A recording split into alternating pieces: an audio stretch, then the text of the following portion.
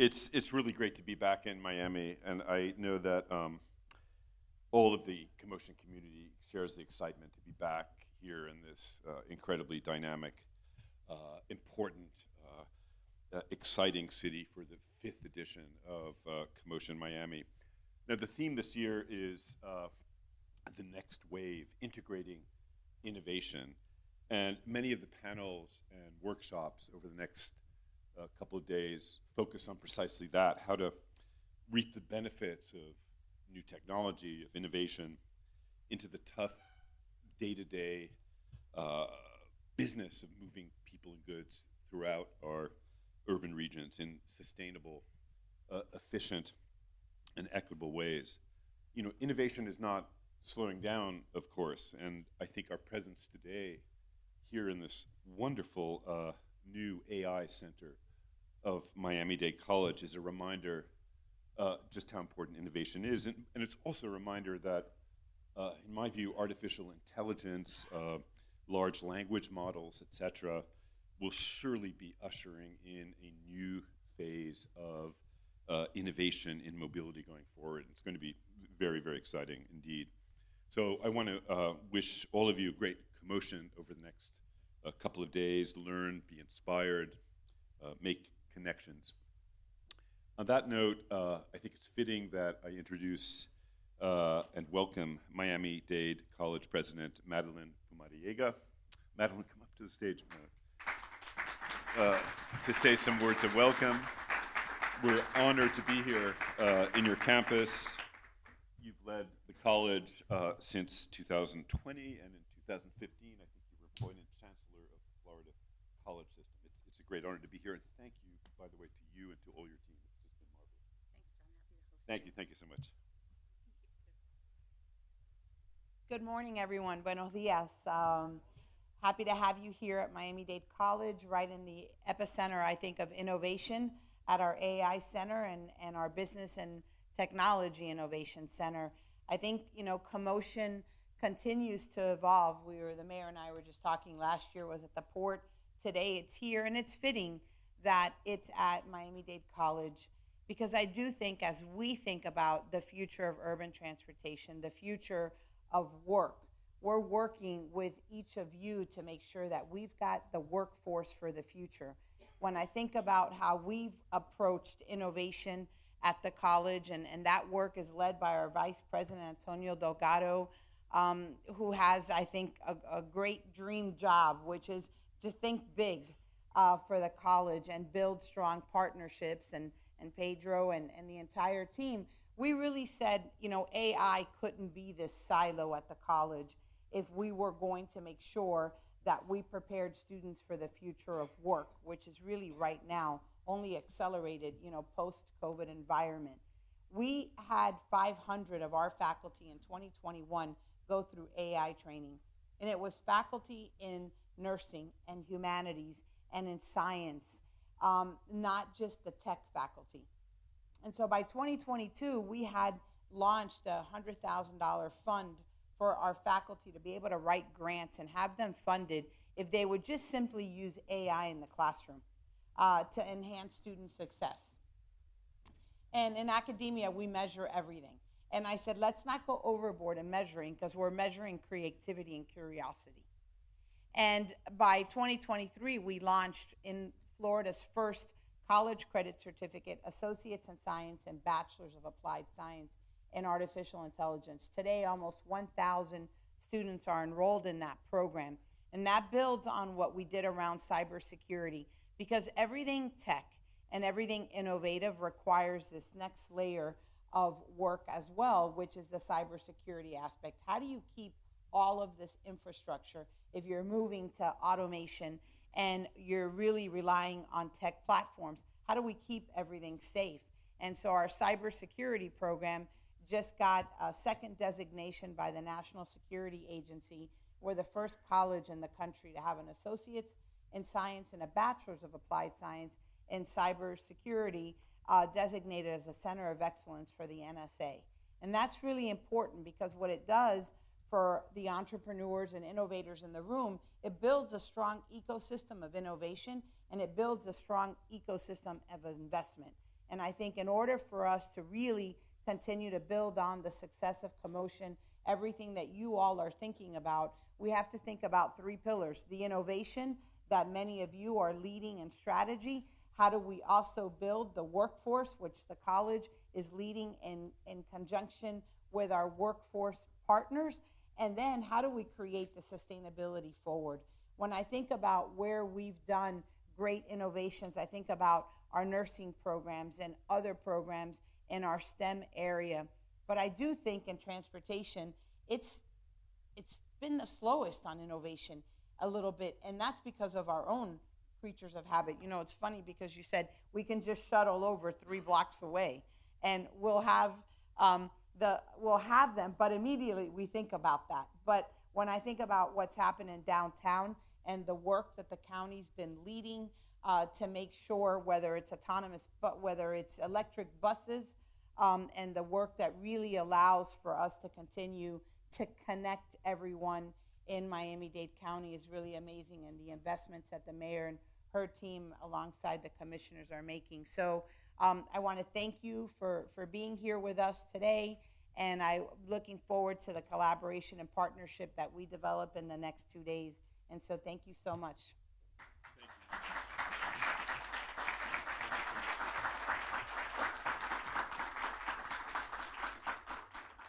Thank you very much, President Pumariega. Thank you indeed.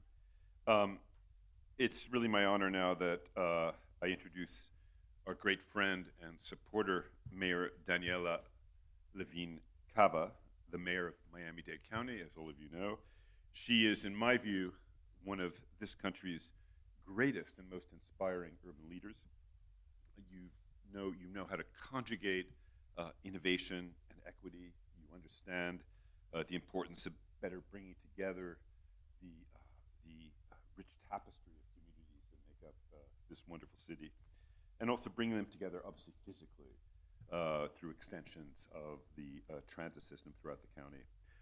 I really want to thank, all of us want to thank you, Madam Mayor, for the great support you've shown to CoMotion. I want to also thank your amazing Department of Transportation and Public Service, and Ulyss, Carlos, Juan, you're just, what a great team, and you should be very proud of them. So thank you very much, and welcome to CoMotion once again.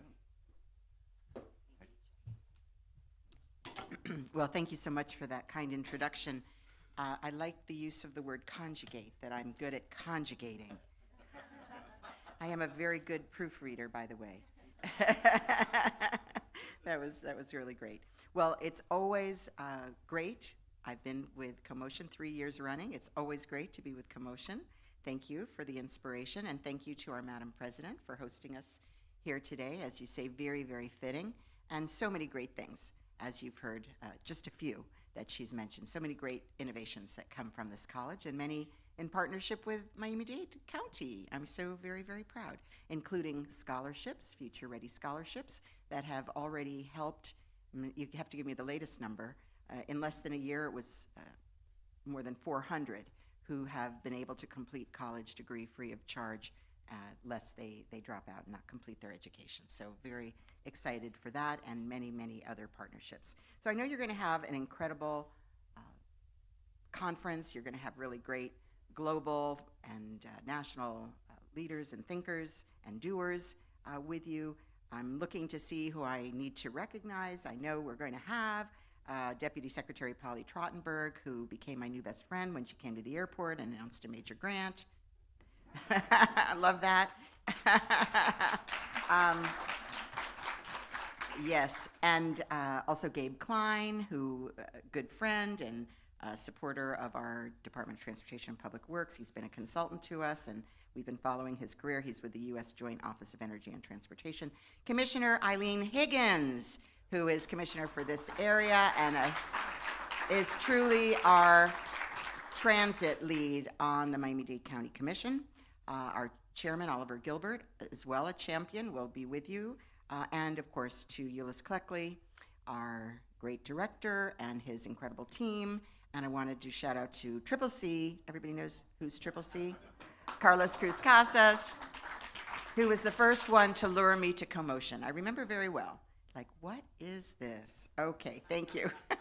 I get it. So it's a great time to be here in Miami-Dade County, not only because of the weather. Yes, please enjoy, although the temperature is ticking up just a bit, but it's still promised to be a beautiful, beautiful day. We are a community on the brink of transportation and mobility innovation. So we've been working hard. Nothing moves fast in the transportation, mobility, infrastructure world, right? We'd like to move at the speed of transit or whatever, but no, it takes a little while to get these things done. But we truly are digging in and making great headway and changing a lot of things. And so here this week, not only do we have CoMotion, but we have NACTO. So 2 international conferences that we're hosting. People are coming here because of the power of transit.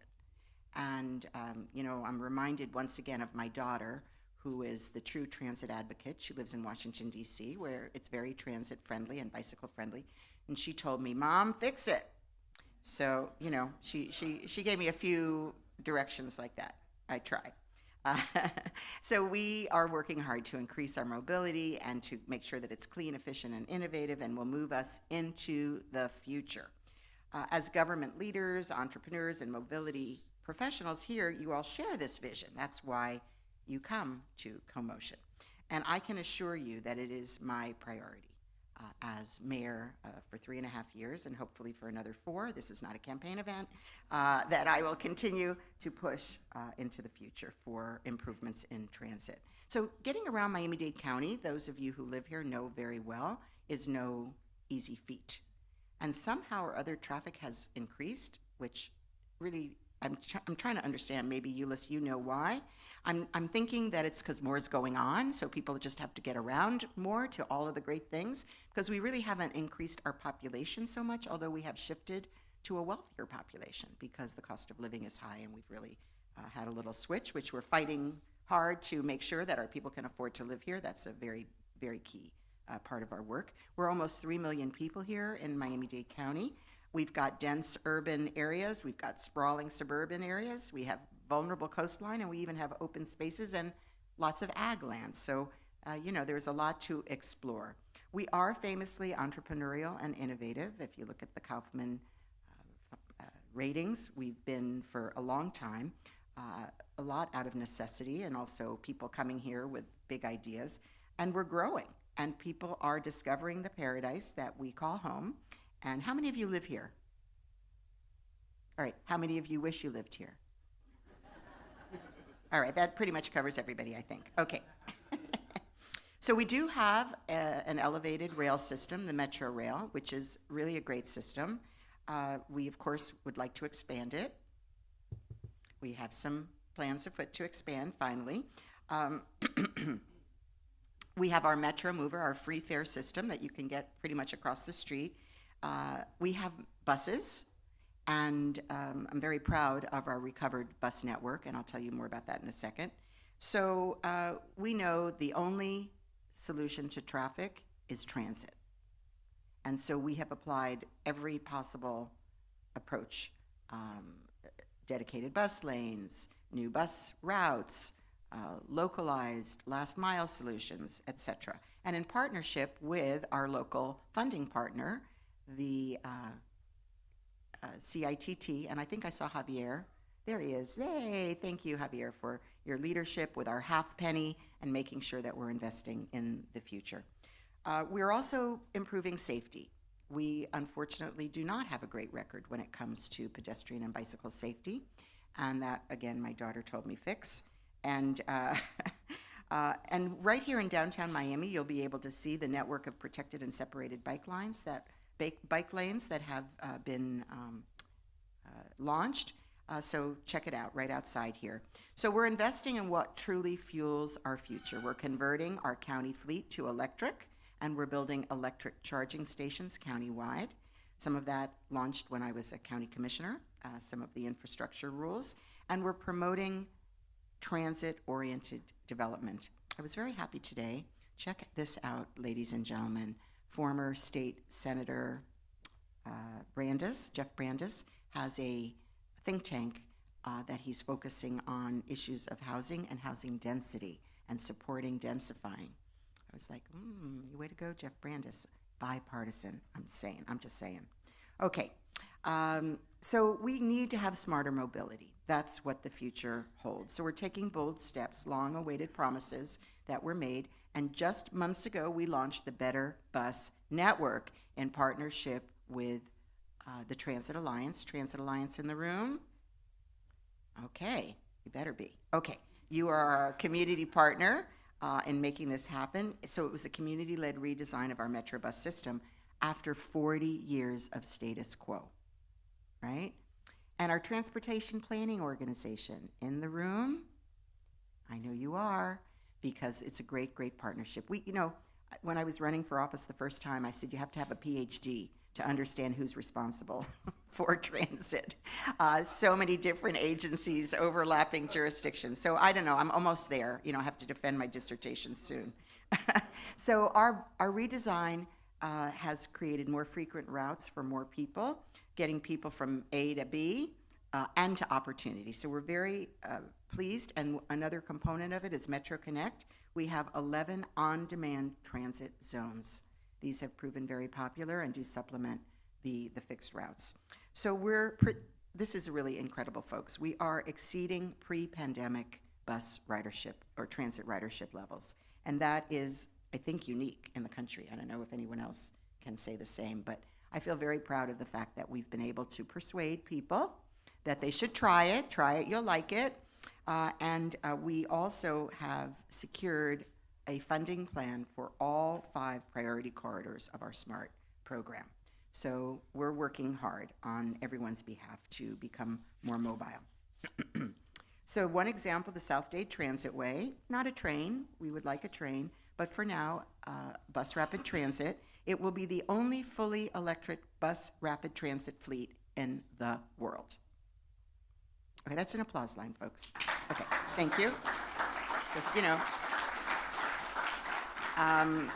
okay, and we received environmental approval for the Northeast Corridor, sometimes commonly called Bright Line. Okay, good, applause. And we are included in the president's budget for the costs of building it out. So we're very, very excited, and we're on track to fulfill the long-promised North Corridor, which would go to the Hard Rock Stadium through many disinvested communities. Very, very critically important. So we look forward to these conversations over the course of the conference. Particularly, I'll be back for one with mayors like myself who are bridging the gap between the global innovation concepts and actual deployment on the ground. And while you're downtown, like I said, please get aboard your free transit mover. Check it out to restaurants and other venues. And if you want to go to the beach, and why not, we have a great frequent bus route that you can board by just tapping your phone. So getting around Miami-Dade has never been easier. And you can also take a stroll. You could also rent a bike, but you could take a stroll on our Underline, which just launched phase 2. Oh no, we completed phase 2. There's only 3 phases, folks, and this is really a transformational part of a network, a growing network of safe and beautiful pedestrian and bicycle corridors. So enjoy. Thank you for being here. Thank you for sharing your ideas, and we look forward to a smarter, more mobile future together.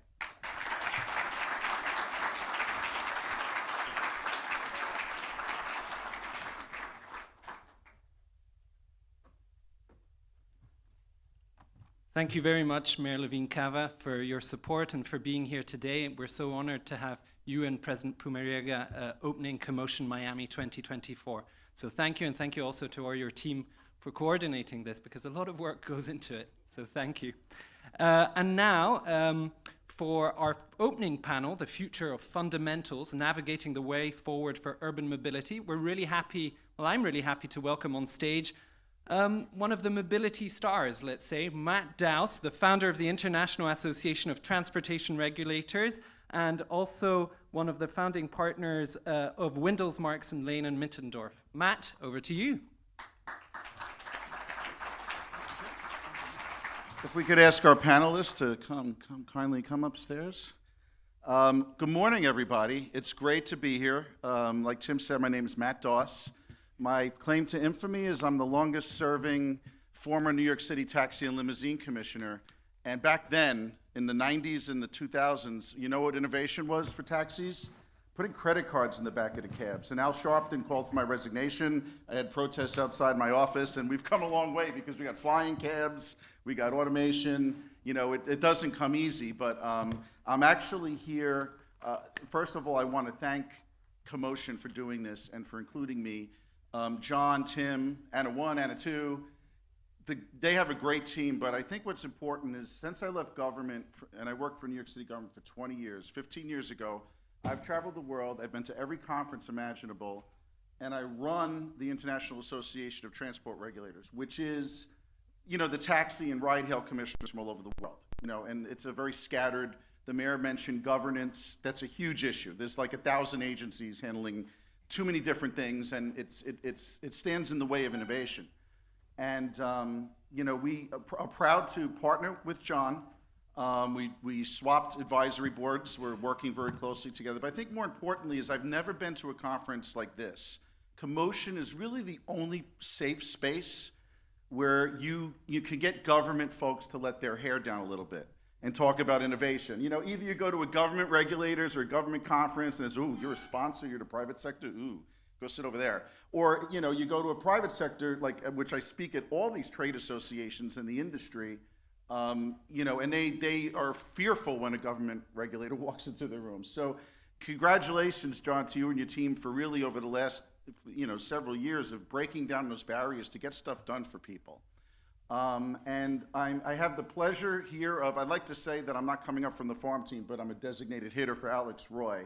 Alex Roy was unable to make it here today. He was supposed to be the moderator, so I was told last night as I was getting off a boat to come here that I was going to be moderating this panel. So it's a great honor for me. But to give you know, Alex's due, if you haven't, you know, been a reader of The Drive or the Autonomy, I think it's the Autonocast or something, the Autonoclast podcast series. I used to work at City Fi with Gabe, and you know, he's really, I think, I don't know if he'll get mad at me, but I kind of call him like the shock jock of mobility, or the Howard Stern in the early days.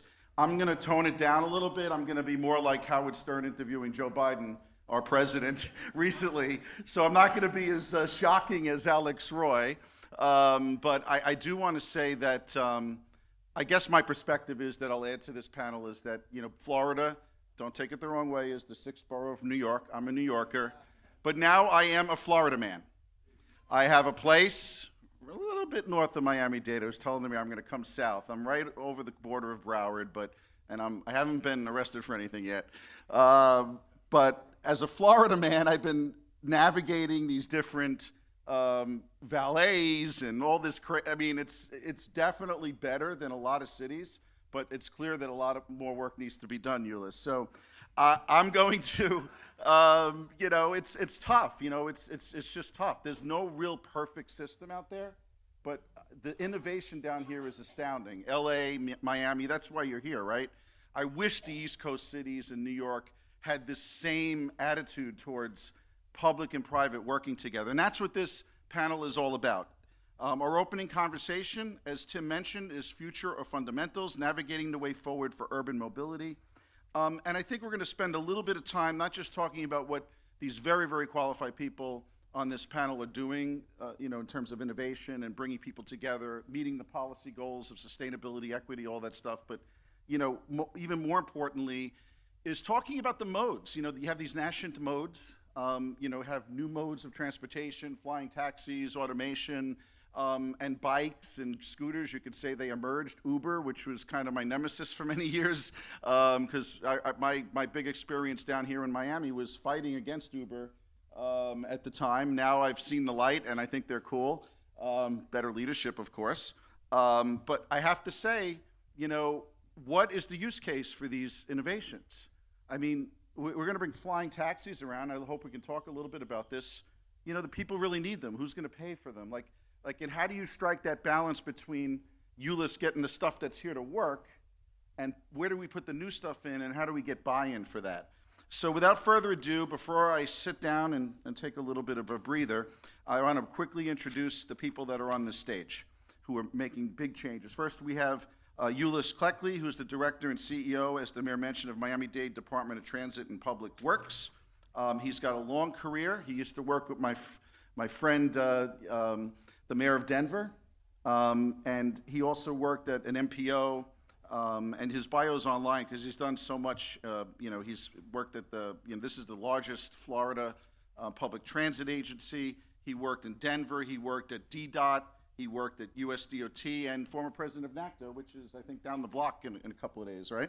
And then, of course, we have a person who's very special to me, Justine Johnson, who we share a very special bond that we both worked together at TLC at one point, the Taxi Limousine Commission, which used to be a career killer many years ago. Now we actually, survive. If you get out with, alive, that's really a good thing.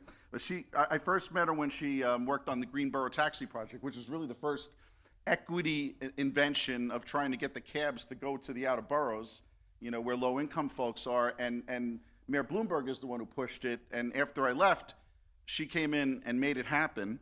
And unfortunately, the whole project was dismantled because Uber came around. But it's still there. It's still there. But then she was working for Ford. She was also getting involved and went into the innovation field. She was involved with Urban Movement Labs. She has been working very closely as Chief Mobility Officer and head of the Office of the Future Mobility and Electrification for the Michigan Economic Development Corporation. In her role, she's working with public and private sector, and she's taking from both of her public and private sector work. She works closely with the Labor Department, and she also has some aviation experience as well as working for the California Mobility Center. So, we have the public works guy.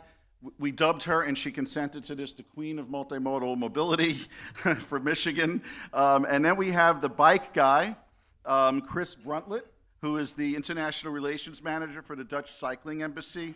If you've been to Amsterdam or the Netherlands, there's a bike culture. We have a car culture here. I can't keep up with the folks on the road there. They're very aggressive bike drivers, but he's got a great organization that is not just advocacy, but actually putting projects together and getting things done, working with the private and public sector. And last, we got the parking guy. I kind of call him the parking meter guy, but he's the parking guy. Jim Gibbs, the CEO and co-founder of Meter Feeder, a mobile app that automatically pays for parking when you park your car. And he's a New Yorker also, grew up in Long Island, and we had some fondly reminiscing of how cool the streets used to be back in the 90s. My first job in high school, I was a Wall Street messenger, and we were talking about all the break dancers that used to be on the streets and the three-card Monte guys. Like, things have changed now, and now we have hot dog vendors, and everything's blocked with bike lanes. So without further ado, I'm going to take a seat, but why don't we start with you, Ulyss, since you run the show here, and each panel's going to spend a few minutes talking about their latest innovations, and let's give a big hand for them, and let's get moving.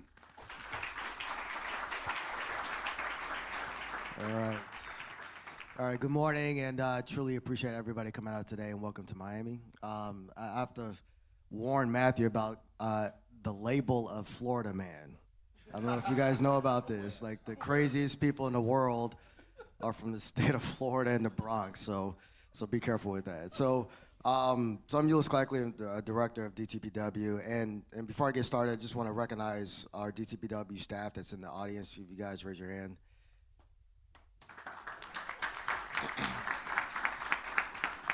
We have a fantastic team of talented individuals. We're about 4,100 people strong, and we have a pretty wide portfolio, just to let you know. So we oftentimes talk about transit, and we do have multiple modes of transit. We have our Metro Mover system, as the mayor mentioned, Metro Rail, a Metro Bus system, but we also do paratransit as well. We have one of the largest paratransit operations, not only in the state, but probably in the country. And also our on-demand service, our Metro Connect that the mayor made mention of, which is growing extensively here over the past year.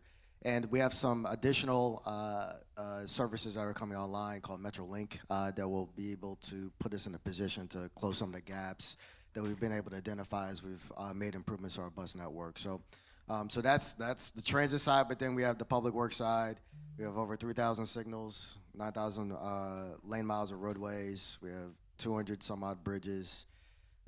We have 4,000 linear miles of sidewalks. It's a lot that we have to deal with.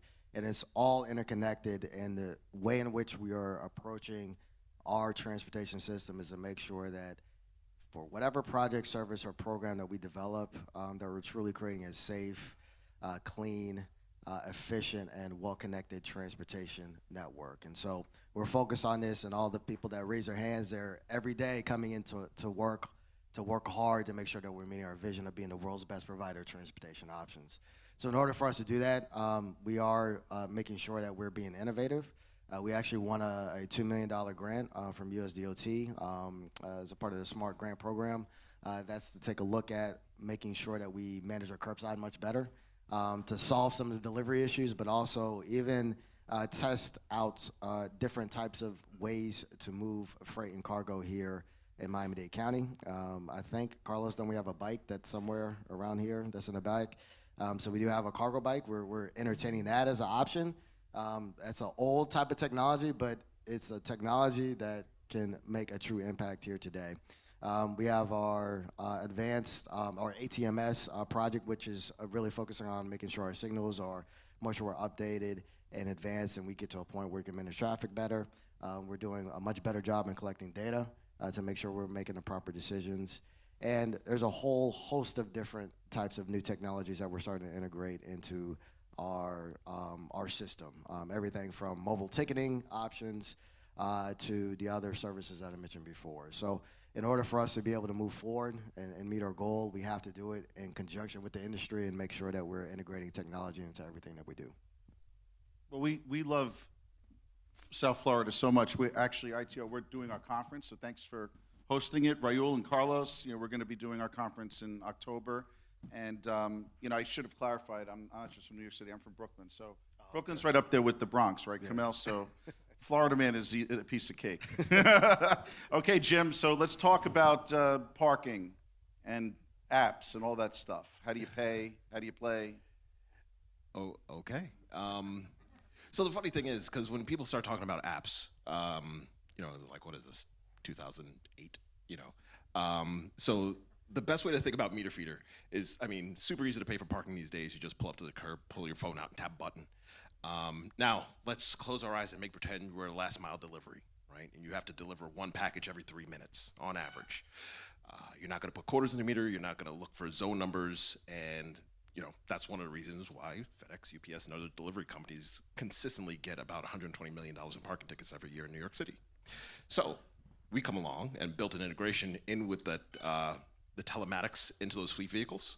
So when they turn their vehicles off, they automatically pay for parking. But when they turn their vehicle on, not only do they stop paying for parking, we search the municipal database for parking tickets. And getting back to New York City, apparently they made their numbers public. And over the past 9 years, they collected about $3.5 billion in parking tickets and are still owed about $1 billion, and 34.3% of that is fleets. So that's the reason why we were like, okay, well, let's do our best in order to make sure that that's not an issue anymore. So my job as a parking guy who likes to bike everywhere and runs everywhere, right?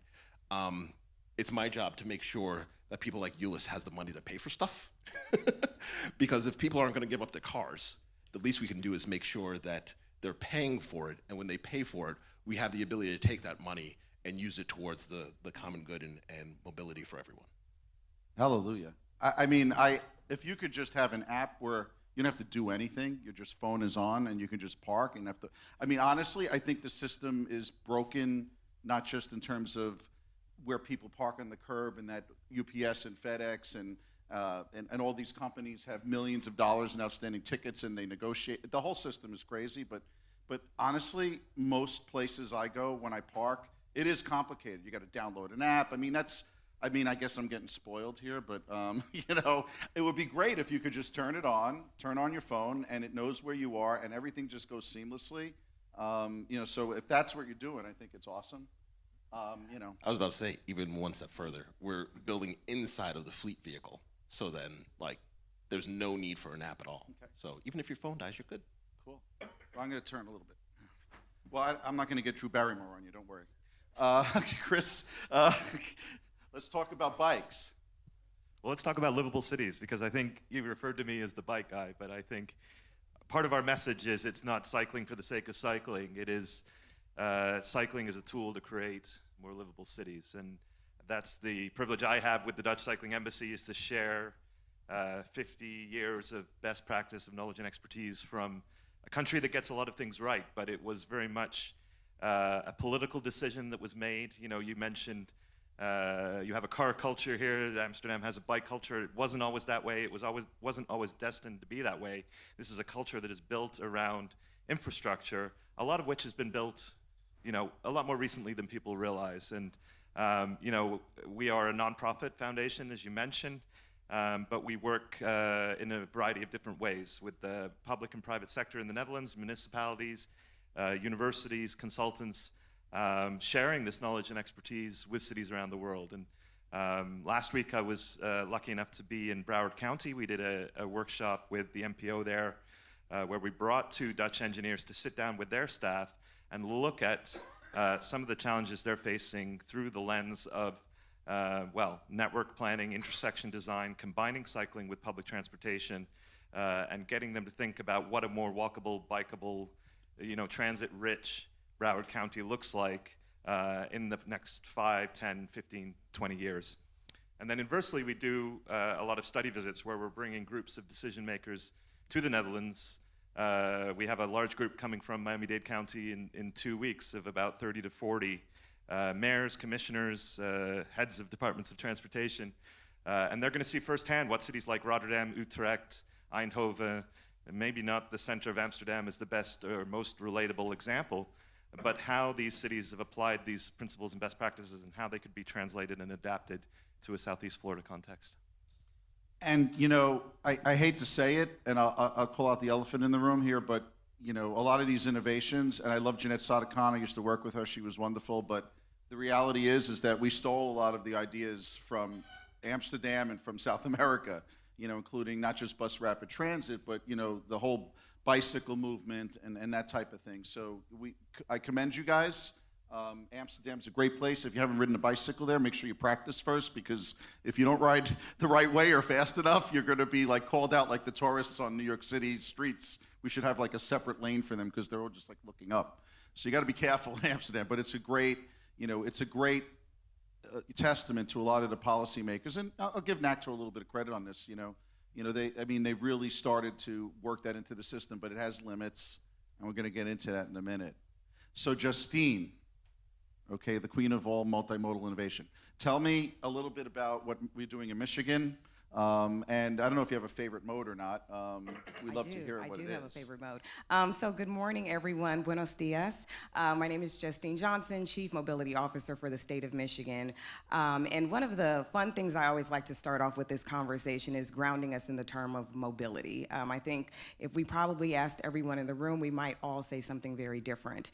But within the state of Michigan, we are really defining mobility as utilizing clean energy to move people, goods, and information over land, water, and air. So we really are talking about this being a multimodal ecosystem. One thing I always like to say that's something that is so unique about the Office of Future Mobility and Electrification is it's the first of its kind in the nation. And this was pretty much an executive directive that was signed by Governor Whitmer in 2020 to really create this office, one being at this intersection between transportation infrastructure, really around sustainability, really around the economy, and really about labor and workforce. So really this is this one-stop shop for all things mobility. We also have a state mobility plan, which was created in October 2022, and as part of this mobility plan, it's really grounding us in how we're thinking about the future of mobility. One, from the lens of having this conversation about strengthening the mobility ecosystem in Michigan, and I think when most people think of Michigan, they think of the automotive sector. sector, and that is true. It's also a part of the pie. It's not the full pie. So I just want to make sure that we acknowledge that the automotive sector is very important, but also the other modes that support how people are moving, again, whether that is maritime or as well as aviation or other forms of mobility by land. The other part of this is really about the workforce. We know that as this ecosystem continues to grow within the state of Michigan, it's the people who make this process possible. It's really the people when you think about manufacturing, and I feel like I am in a state of makers where I'm always going to some place where I'm putting on a hard hat and seeing folks who are building things in real time, and it's amazing to see this process, but also how we think about all of the parts and the tools and the pieces that make mobility possible. Another important part of this work is around the infrastructure. Transportation infrastructure is very important in the state of Michigan, and so that's about our roads, that's about thinking about our charging infrastructure, that we have a very aggressive goal of 100,000 charging ports to be put in place by 2030 to support 2 million EVs on the road. So we have very aggressive goals around EV charging infrastructure. And then lastly, another piece of this is really around the policy. We want to make sure that we have a ecosystem and environment where we're not actually getting in the way. And I think as someone who worked at a regulatory body, I would say that the gray hair that I own on my head started at TLC. And really that was a result of innovation and technology and regulation having a boxing match, and the regulators didn't win the fight. And so I think that's, we can't be afraid of innovation. It's going to happen, and so either we're going to sit in the back seat or we're going to get in the front seat and drive as well. So innovation is something that cannot be done in silos. It really requires collaboration, and so we're leaning a lot into collaboration through this particular Office of Future Mobility and Electrification. So that's our charge, is really to ensure that we have a safe, efficient, and reliable transportation future for all Michiganders, from the ones who are being birthed right now all the way to older adults. So we really want to make sure that everyone sees their future here, and that we're continuing to welcome companies to do great things in the state of Michigan. Oh, and my favorite mode, I didn't finish yet. So my favorite mode, because you did ask, is that I love public buses. And I was someone who grew up as a child with my mom. We always took the bus. And so at the time it was RTD. I'm from Los Angeles, California. So I do see some Angelinos in the room.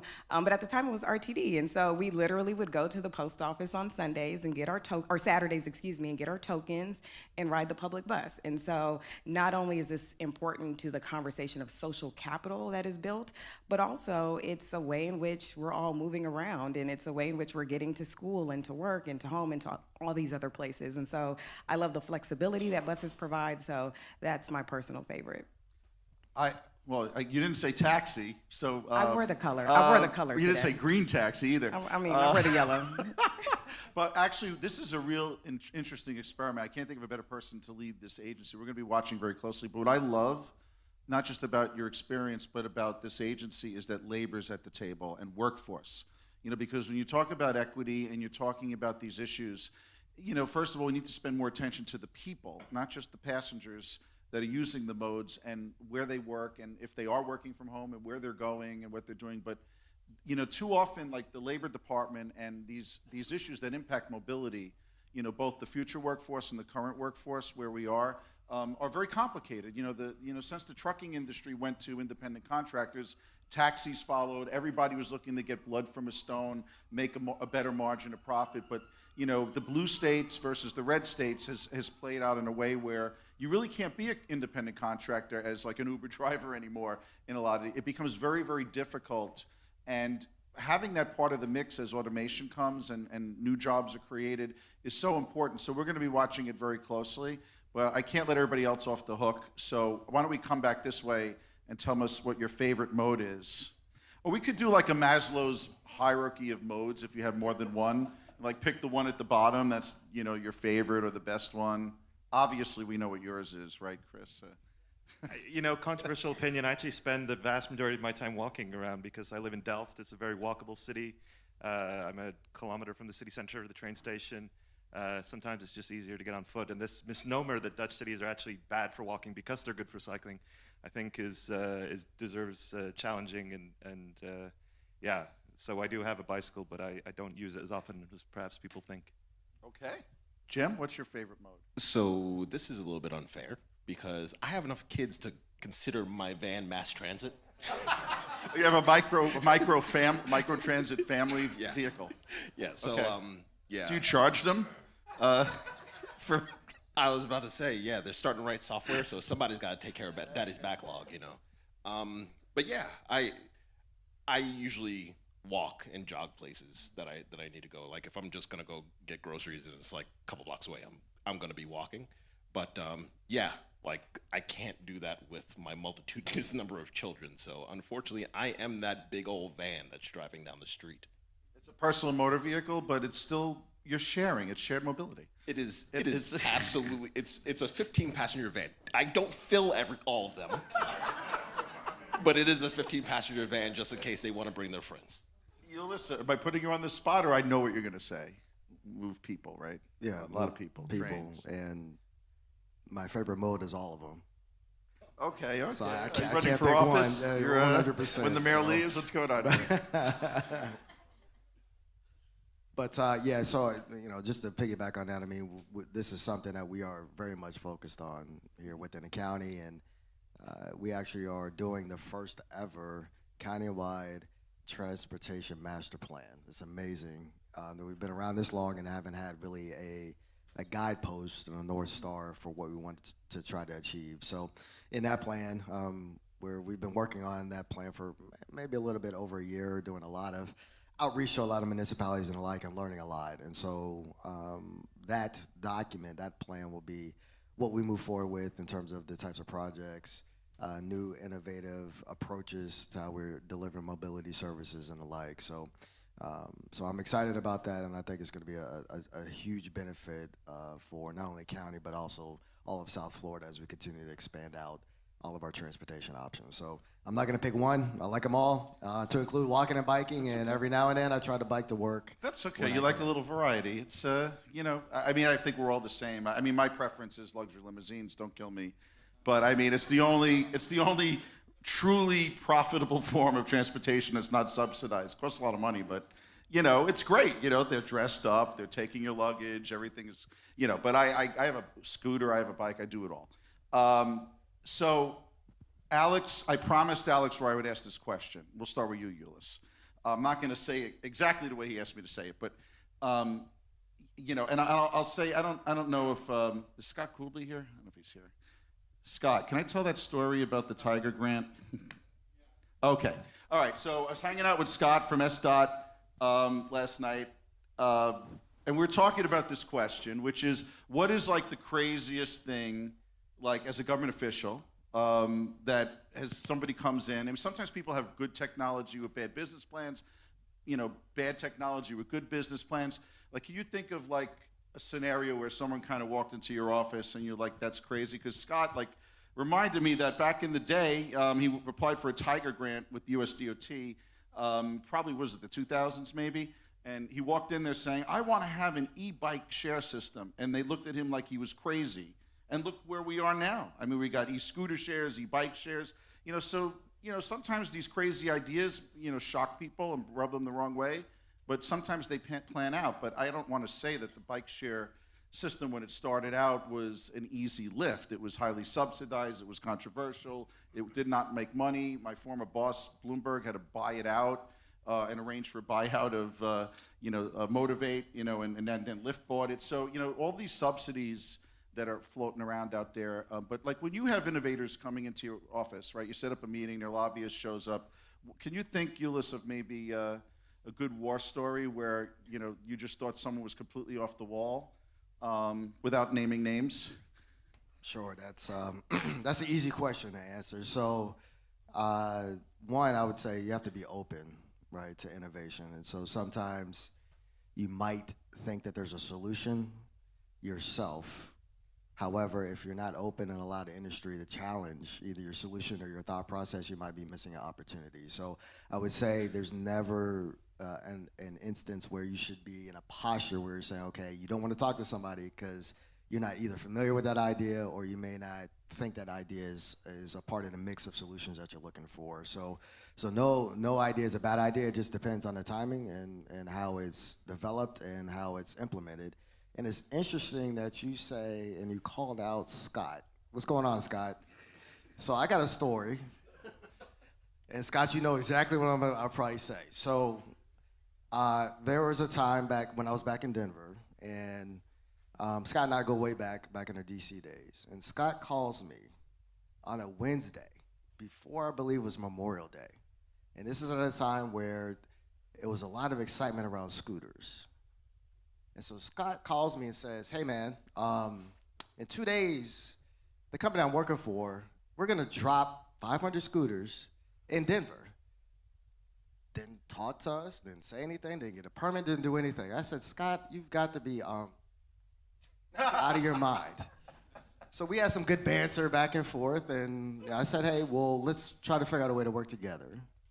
And over about a 2-week period of time, we had a lot of gnashing of teeth, a lot of meetings and the like.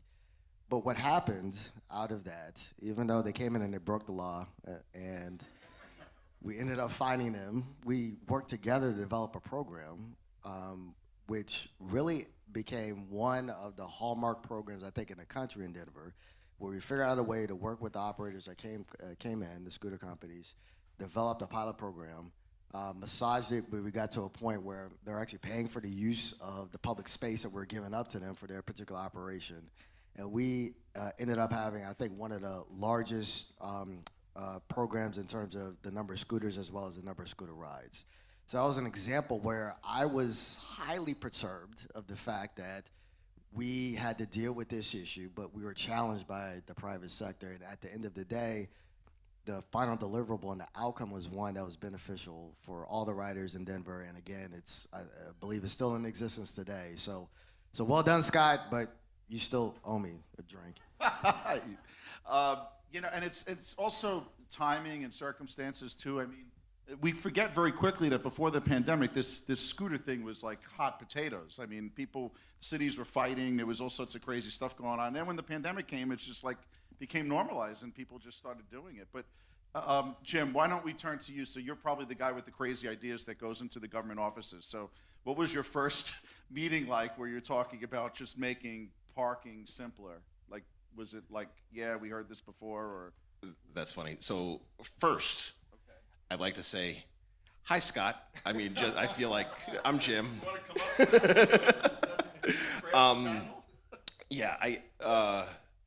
My first meeting with the first municipality. So we had won in a hackathon, right? It's completely not fair. Like, this is my 41st year writing software. Like, before starting Meter Feeder, I built a platform that handled 30% of the mobile retail sales in the US. So if you bought 3 things off your phone, you probably touched my code before, right?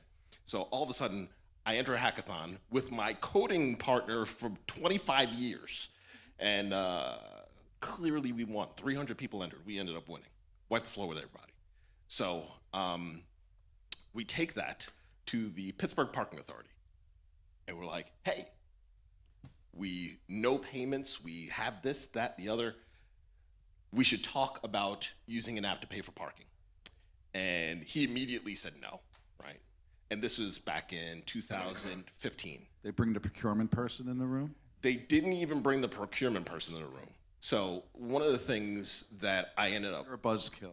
Well, actually, even worse of a buzzkill is because, I don't know if you ever heard 2 computer science people talk about APIs and the chances of you staying awake during that conversation.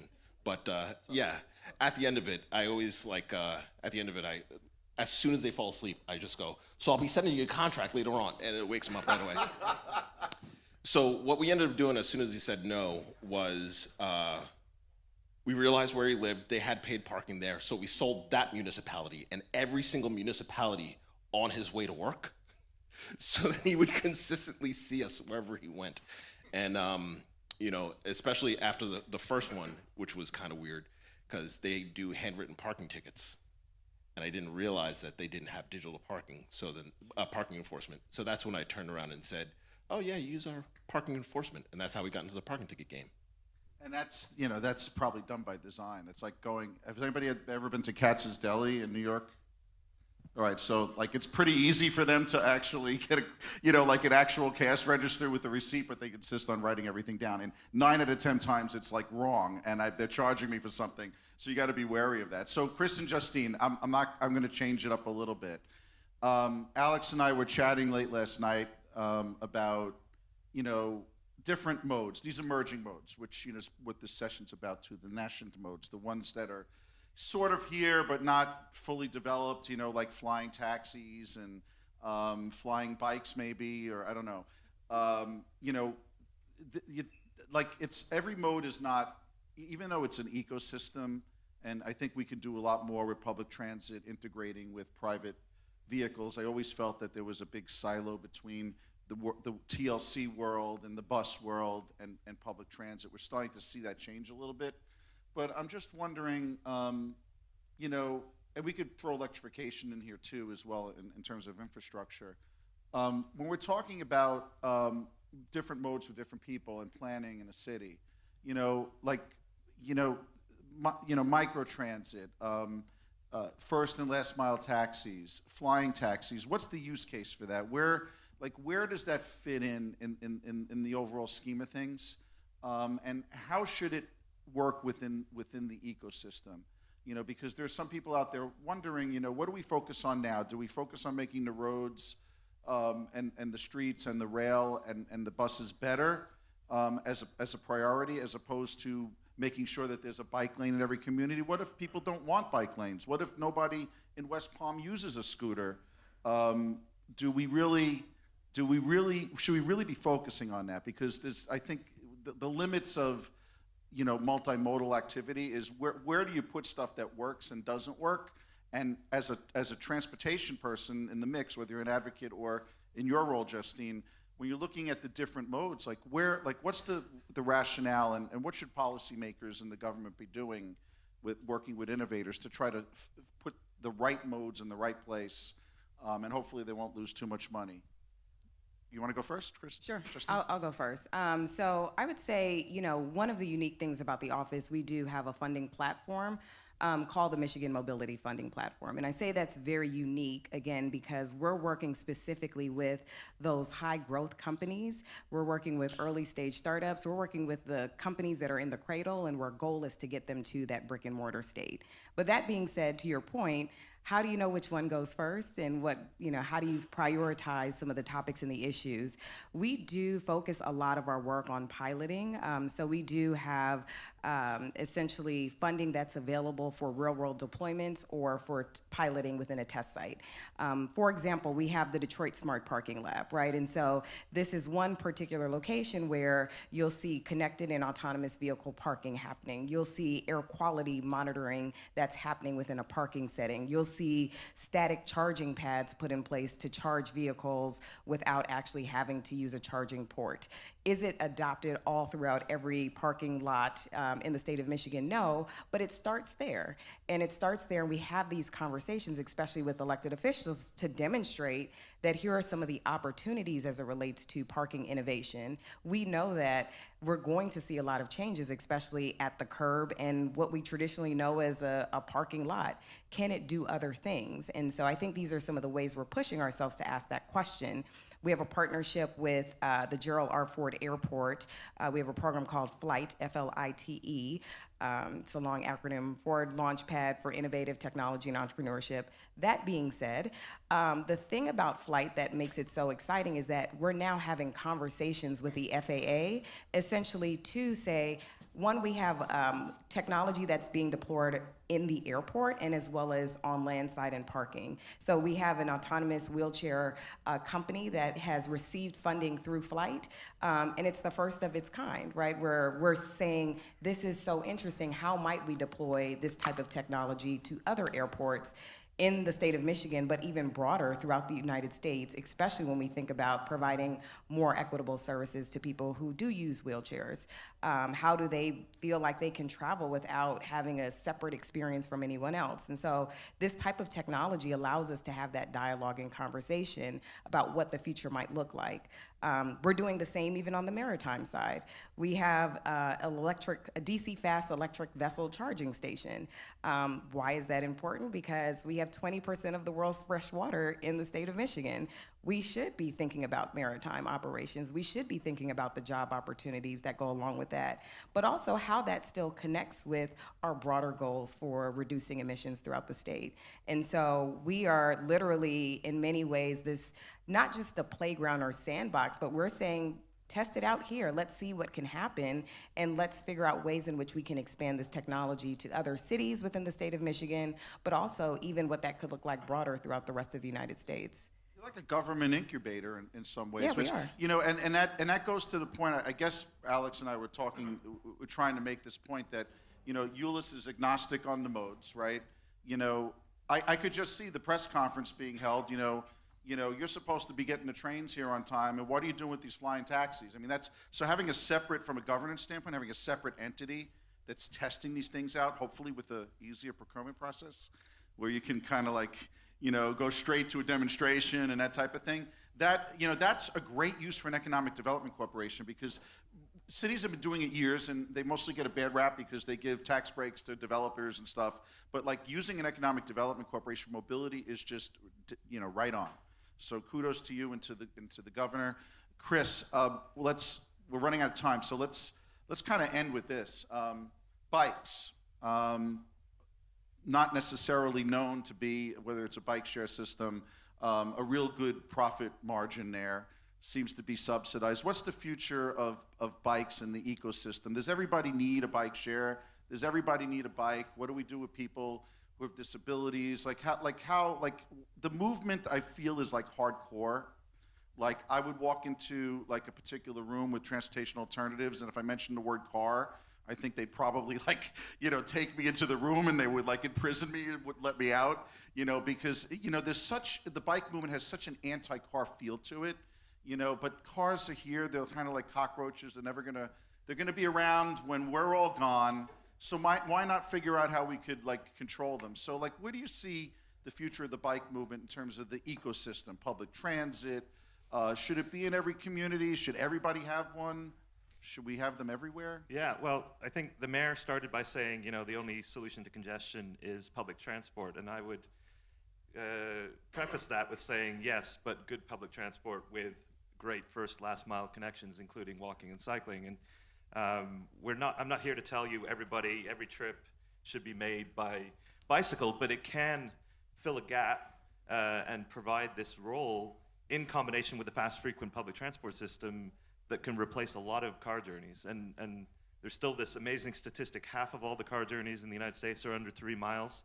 Again, maybe 10%, 15% of those are capturable if we just reallocate our space and think about our mobility systems a little bit differently. And it comes down to that, creating that seamlessness between different modes of transportation, from the payment to the parking of the bicycles, to the provision of a last mile solution on the other end in terms of a shared device. But I think, you know, the panel was shaped as kind of an either or in terms of the title, future or fundamentals. I'm not here to say we should be focused entirely on fundamentals, but I think unfortunately we spend so much time fixating on the future, allocating money, resources, attention on the future, that we ignore the fundamentals, and we still live in cities where children can't cross the street safely, they can't bike safely to school.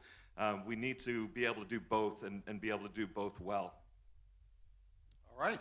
Actually, compliments on did you guys do the Key Biscayne bike lanes?